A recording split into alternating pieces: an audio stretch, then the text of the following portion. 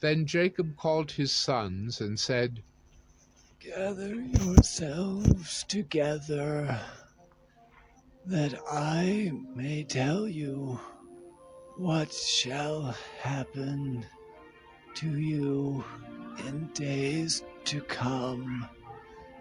Assemble and listen, O sons of Jacob. Listen to Israel, your father.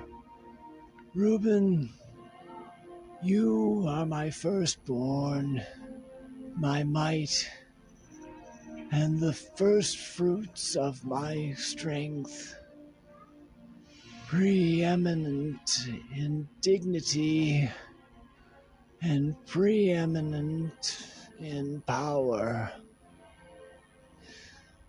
unstable as water. You shall not have preeminence, because you went up to your father's bed. Then you defiled it. He went up to my couch. Simeon and Levi are brothers. Weapons of violence are their swords. Let my soul come not into their counsel. O my glory, be not joined to their company. For in their anger they killed men, and in their willfulness they hamstrung oxen. Cursed be their anger, for it is fierce, and their wrath, for it is cruel. I will divide them in Jacob, and scatter them in Israel. Judah, your brothers shall praise you. Your hand shall be on the neck of your enemies. Your father's sons shall bow down before you. Judah is a lion's cub. From the prey, my son, you have gone up. He stooped down. He crouched as a lion and as a lioness. Who dares rouse him? The scepter shall not depart from Judah, nor the ruler's staff from between his feet, until tribute comes to him, and to him shall be the obedience of the peoples.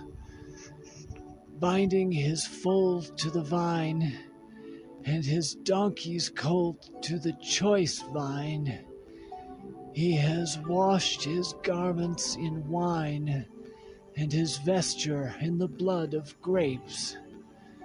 His eyes are darker than wine, and his teeth whiter than milk. Zebulun shall dwell at the shore of the sea. He shall become a haven for ships, and his border shall be at Sidon. Issachar is a strong donkey, crouching between the sheepfolds. He saw that a resting place was good, and that the land was pleasant, so he bowed his shoulder to bear, and became a servant at forced labor. Dan shall judge his people as one of the tribes of Israel. Dan shall be a serpent in the way, a viper by the path, that bites the horse's heels, so that his rider falls backward. I wait for your salvation, O Lord. Raiders shall raid Gad, but he shall raid at their heels.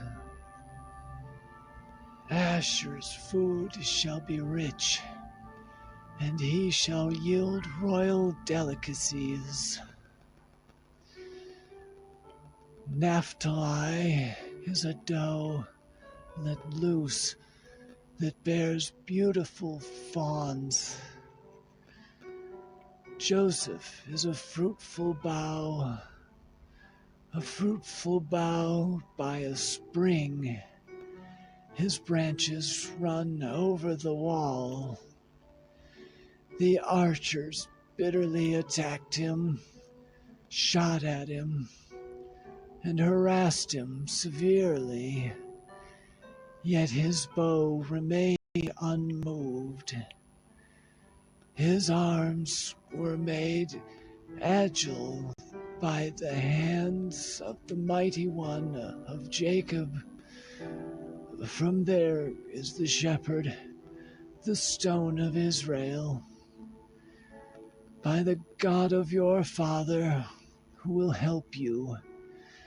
By the Almighty, who will bless you with blessings of heaven above, blessings of the deep that crouches beneath, blessings of the breasts and of the womb. The blessings of your father are mighty beyond the blessings of my parents, up to the bounties of the everlasting hills. May they be on the head of Joseph, and on the brow of him who was set apart from his brothers. Benjamin is a ravenous wolf, in the morning devouring the prey, and at evening dividing the spoil. All these are the 12 tribes of Israel. This is what their father said to them as he blessed them, blessing each with the blessing suitable to him.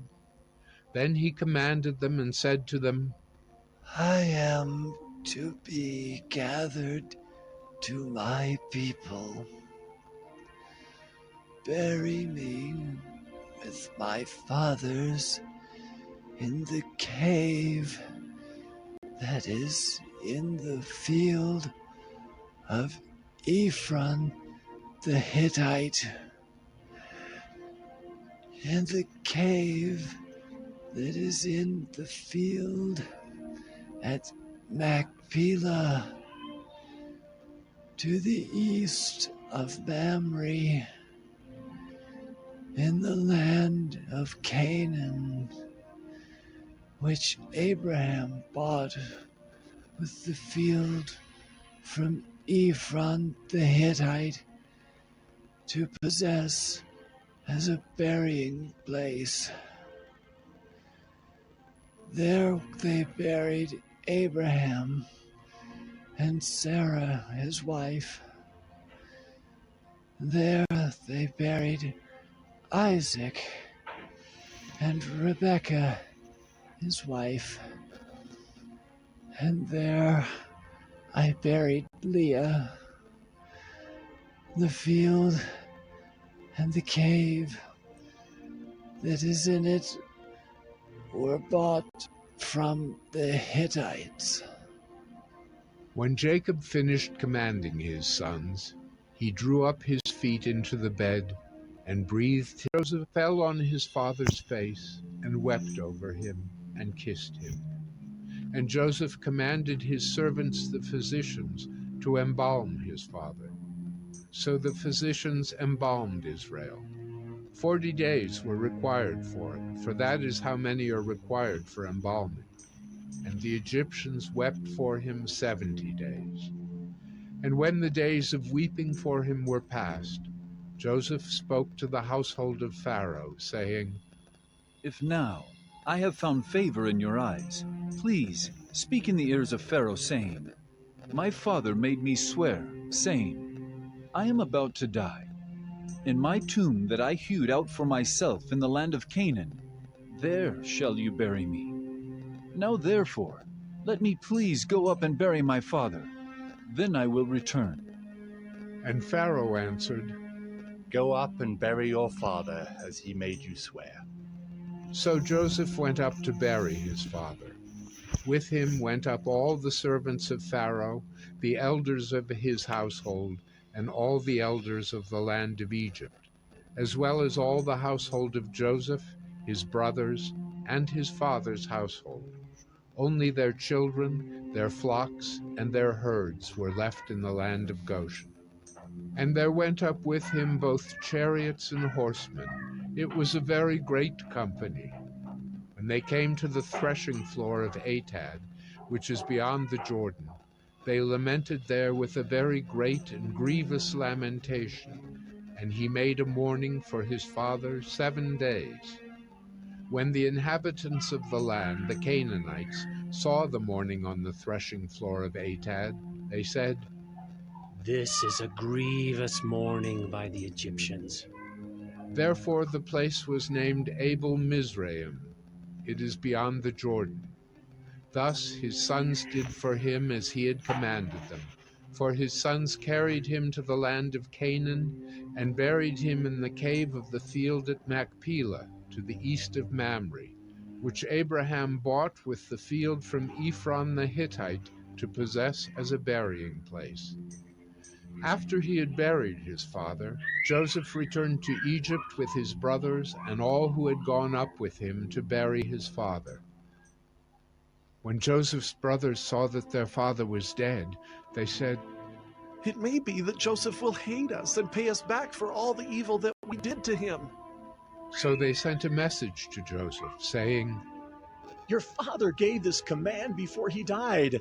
Say to Joseph, 'Please forgive the transgression of your brothers and their sin because they did evil to you. And now, please forgive the transgression of the servants of the God of your father.'" Joseph wept when they spoke to him. His brothers also came and fell down before him and said, "Behold, we are your servants." But Joseph said to them, Do not fear, for am I in the place of God? As for you, you meant evil against me, but God meant it for good, to bring it about that many people should be kept alive, as they are today. So do not fear. I will provide for you and your little ones. Thus he comforted them and spoke kindly to them. So Joseph remained in Egypt, he and his father's house. Joseph lived 110 years, and Joseph saw Ephraim's children of the 3rd generation. The children also of Machir, the son of Manasseh, were counted as Joseph's own. And Joseph said to his brothers, I am about to die, but God will visit you and bring you up out of this land, to the land that he swore to Abraham, to Isaac, and to Jacob. Then Joseph made the sons of Israel swear, saying, God will surely visit you, and you shall carry up my bones from here. So Joseph died, being 110 years old. They embalmed him, and he was put in a coffin in Egypt.